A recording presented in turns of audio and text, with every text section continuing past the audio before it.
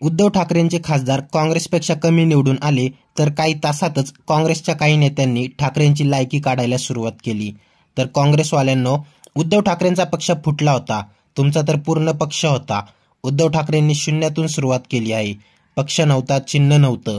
3 ठिकाणी सांगली, हातकणंगले, बुलढाणा येथे बंडखोर उभे होते।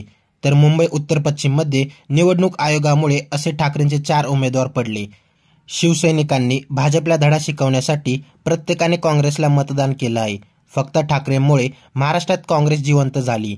मुस्लिम प्लस दलितांसोबत हिंदुत्ववादी मतं काँग्रेसला फक्त ठाकरेंमुळे भेटली आहे।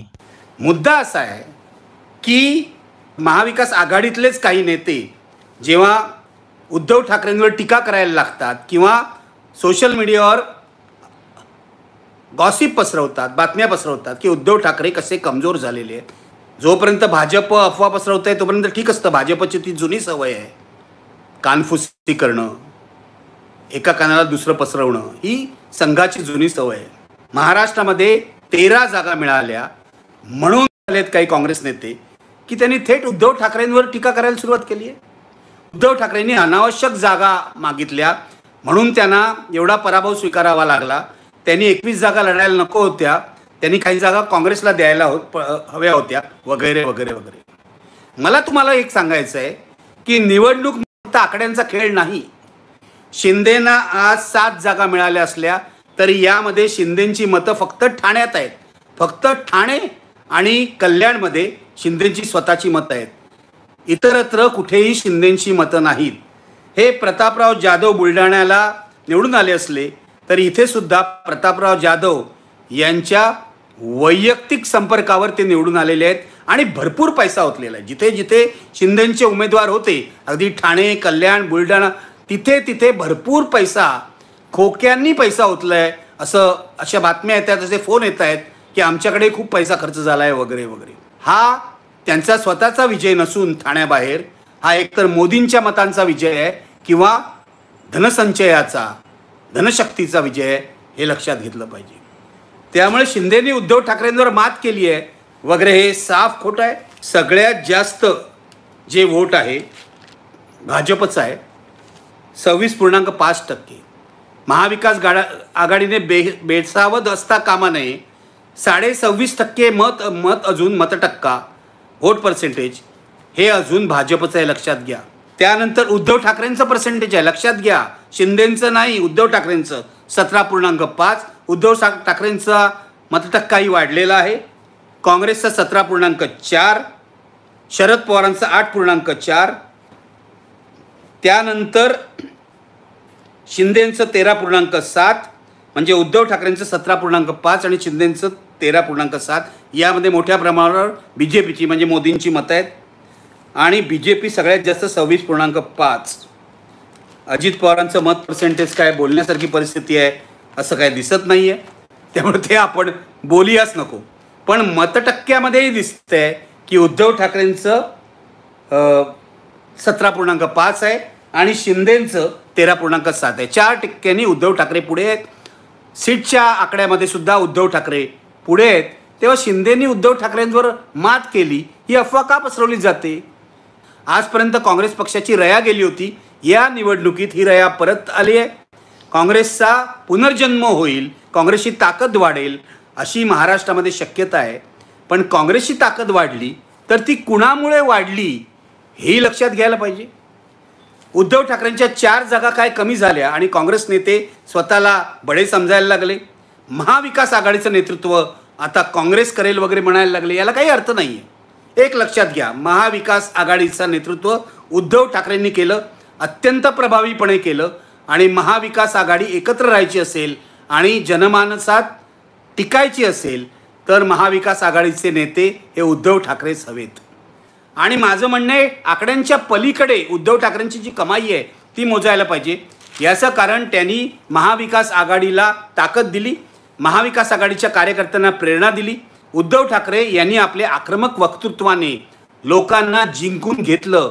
फक्त सहानुभूतीला चिकटून ते राहिले नाहीत, ते लोकांपर्यंत मुद्द्यांमधून पोचले। त्यांनी मोदींना थेट अंगावर घेतलं। मोदींनी त्यांना नकली शिवसेना म्हटलं, नकली बेटा म्हटलं, त्याला त्यांनी थेट उत्तर दिली मागे पुढे पाहिलं नाही, असं आक्रमक नेतृत्व जेव्हा होतं तेव्हा कार्यकर्त्यांना सुद्धा प्रेरणा मिळते, हे आपण विसरता कामा नये. आज जे काँग्रेसचं यश आहे, मी तुम्हाला सांगतो, काँग्रेसला ज्या 13 जागा मिळालेल्या आहेत त्यामध्ये उद्धव ठाकरेंचा मोठा वाटा आहे, हे काँग्रेसचे नेतेही नाकारणार नाहीत. काँग्रेससाठी, राष्ट्रवादीसाठी उद्धव ठाकरेंनी आणि संजय राऊतांनी सभा घेतल्या. त्यामुळे उद्धव ठाकरेंच्या 2-3 जागा कमी झाल्या तर काँग्रेसने एकदम फुशारून जायची गरज नाही.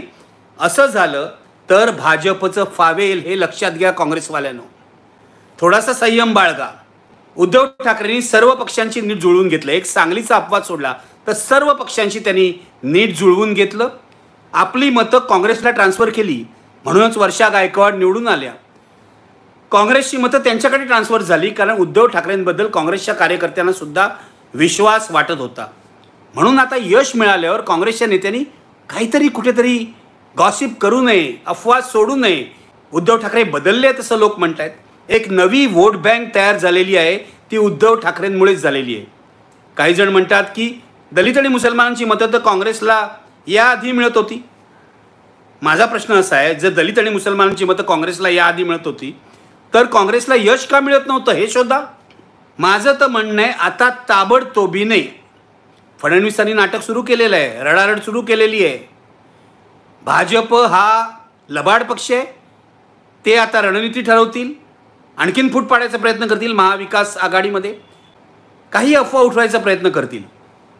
जेव्हा मगाशी मी सांगितलं, पुन्हा एकदा सांगतो, जेव्हा शिवसेना फुटली तेव्हा उद्धव ठाकरेंकडे 5 खासदार होते, आता ते 9 झालेले आहेत. शिंदेकडे 13 खासदार होते, ते अर्ध्यानी कमी झालेले आहेत, ते 7 झालेले आहेत. हे लक्षात ठेवा आणि भाजपच्या प्रचाराला बळी पडू नका. शरद पवारांनी आपल्या भागात उत्तम काम केलं, त्यांनी बुद्धिबळाचा डाव टाकला, तो जिंकला. उद्धव ठाकरेंनी मैदानातली लढाई लढली, ती जिंकली. काँग्रेसचा प्रत्येक कार्यकर्ता झोकून काम करत राहिला. ही सगळं मिळून हा विजय आहे. तिन्ही पक्षातले गुण मिळून हा विजय आहे.